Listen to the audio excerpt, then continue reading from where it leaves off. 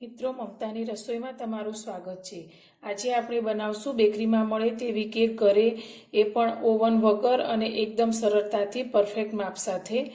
તો તેના માટે અત્યારે આપણે પહેલાં તો એક કુકર લઈ લઈશું। આજે આપણે આ કેક કુકરમાં બનાવવાની છે। તો કુકરમાં મેં આ રીતે નીચે માટી રાખી છે અને ઉપર આ રીતની ગોળ રીંગ મૂકી છે। તમે માટીની જગ્યાએ મીઠું પણ લઈ શકો છો। અને આપણે આ જે કુકરનું ઢાંકણ છે તેની સીટી કાઢી લઈશું અને રીંગ પણ કાઢી લઈશું। અને કુકરનું ઢાંકણ આપણે બંધ કરી અને આ કુકરને ધીમા ગેસની ફ્લેમ પર પહેલાં ગરમ કરવા મૂકી દઈશું। કેકનું બેટર બનાવવા માટે પહેલાં આપણે આ રીતનું એક બાઉલ લઈ લઈશું અને બધું જ આપણે માપ એક વાટકીના માપ પ્રમાણે સેટ કરીશું। તો અત્યારે મેં આ રીતની એક વાટકી લીધી છે અને આમાં મેં અડધી વાટકી દહીં લીધું છે, તે આપણે આ બાઉલની અંદર લઈ લઈશું। બધું જ માપ તમે આ રીતે કોઈ વાટકી કે કપનું માપ સેટ કરીને લઈ શકો છો।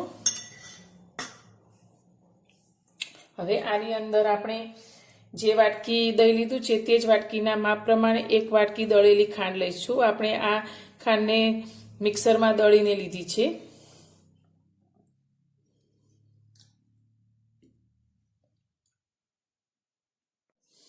દહીં અને ખાંડને આપણે એકદમ સરસ રીતે મિક્સ કરી લઈશું। જે રીતે ક્રીમી ટેક્સચર આવે એ રીતે મિક્સ કરવાનું છે। આ રીતે દહીં અને ખાંડને આપણે સારી રીતે મિક્સ કરી લીધું છે। આ રીતે એકદમ ક્રીમી આપણું આ દહીં અને ખાંડ મિક્સ થઈ ગયું છે। હવે આપણે જે વાટકી દહીં અને ખાંડ લીધું છે તે જ વાટકીના માપ પ્રમાણે મેં અડધી વાટકી રિફાઇન્ડ તેલ લીધું છે, તે આપણે અંદર લઈ લઈશું। ત્રણેય વસ્તુને આપણે એકદમ સારી રીતે મિક્સ કરી લઈશું। હવે બાઉલની ઉપર આપણે આ રીતે એક ચાળણી લઈ લઈશું અને તેની અંદર આપણે એક વાટકી મેદો લઈશું। અત્યારે આપણે જે વાટકીનું માપ સેટ કર્યું છે તે વાટકીના માપ પ્રમાણે એક આખી અને એક અડધી એમ 1.5 વાટકી આપણે મેદો એડ કરવાનો છે। તો બીજી એક અડધી વાટકી આપણે અંદર એડ કરી દઈશું।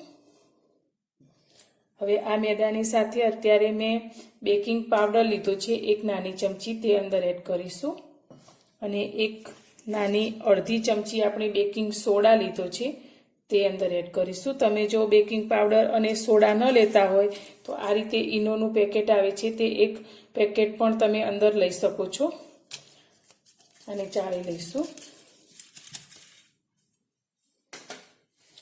હવે આ બધી જ વસ્તુને બરાબર મિક્સ કરી લઈશું।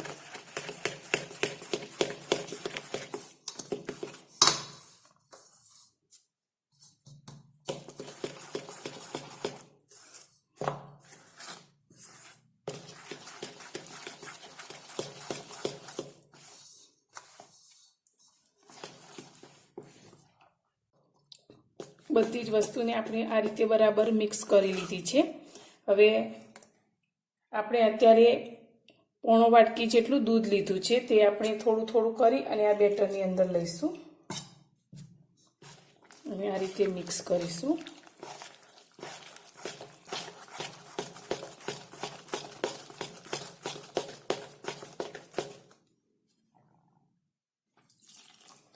તમે બધી જ વસ્તુને પરફેક્ટ માપથી લેશો તો તમારી કેક એકદમ સરસ બેકરી જેવી જ બનશે।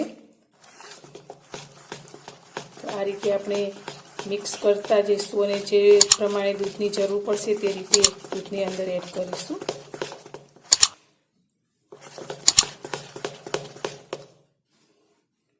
તો આપણે જે દૂધ લીધું છે તે બધું જ એડ કરી દઈશું।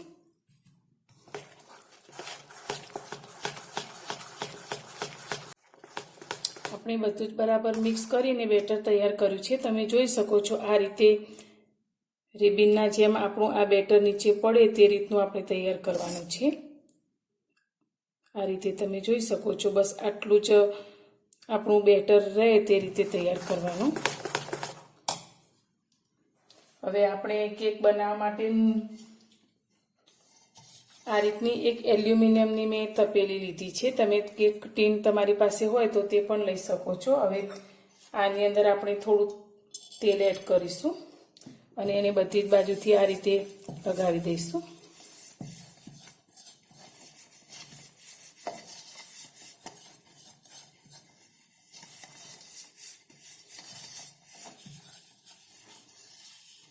તમારી પાસે જો બટર પેપર હોય તો તમે આની અંદર બટર પેપર પણ પાથરી શકો છો, અને બટર પેપર ના હોય તો આ રીતે આપણે અંદર મેદો લઈશું અને મેદાને આપણે બધી જ બાજુથી આ રીતે ફેરવી લઈશું.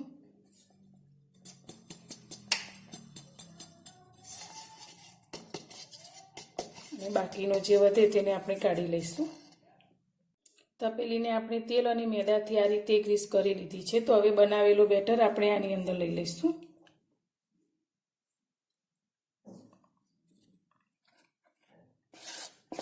આપણે અડધી તપેલી ભરાય એ રીતનું જ બેટર આપણે અંદર લેવાનું છે, પૂરું ભરવાનું નથી.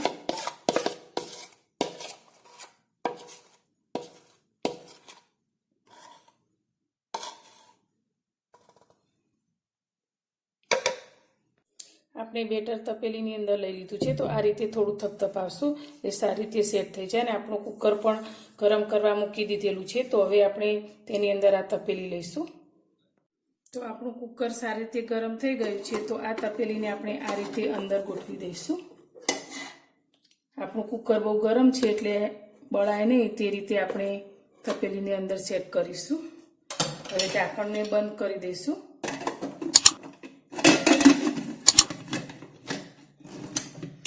કુકરની સીટી અને રિંગ આપણે પહેલેથી જ કાઢી લેવાની છે.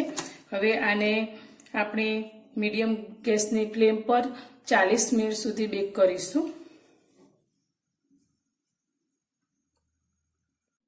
40 મિનિટ જેટલો સમય થઈ ગયો છે અને આપણું કુકરનું ઢાંકણ ખોલી લીધું છે. તો હવે આપણે એક ચપ્પુની મદદથી આ રીતે ચેક કરીશું. તો આપણી આ કેક એકદમ સરસ રીતે કૂક થઈ ગઈ છે. આપણું ચપ્પુ એકદમ સરસ ક્લીન આવે છે. તો હવે આપણે ગેસની ફ્લેમને બંધ કરી દઈશું અને આને 5 થી 10 મિનિટ માટે ઠંડુ થવા દઈશું. આપણે કેકને આ વાસણમાંથી બહાર કાઢીશું. તો તેના માટે આ રીતે એક પ્લેટ લઈશું અને તેની ઉપર આ રીતે ઊંધી કરી લઈશું અને આ રીતે થોડું થોડું આપણે થપથપાવીશું. તો આપણી કેક આસાનીથી બહાર નીકળી જશે. તમે જોઈ શકો છો એકદમ સરસ આપણી કેક તૈયાર થઈ છે. આ રીતે તમને સાઈડમાંથી પણ બતાવું તો એકદમ સરસ જાળી પડી છે આપણી કેકની અને એકદમ સ્પોન્જી આપણી કેક તૈયાર થઈ છે. આ રીતે દબાવીએ તો એકદમ સરળતાથી દબાય છે. તો હવે આને આપણે કટ કરીશું.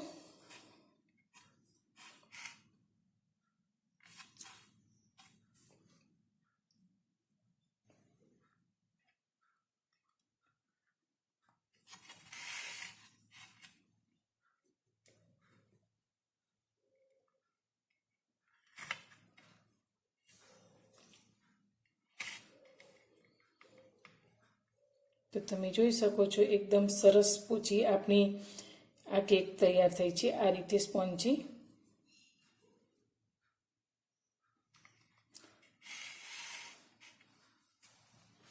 તો મારી આ કેક બનાવવાની રેસીપી તમને પસંદ આવી હોય તો વિડીયોને લાઈક કરજો, શેર કરજો અને ચેનલ પર નવા છો તો ચેનલને સબસ્ક્રાઈબ કરજો. ફરી મળીશું એક નવી જ રેસીપી સાથે નવા વિડીયોમાં.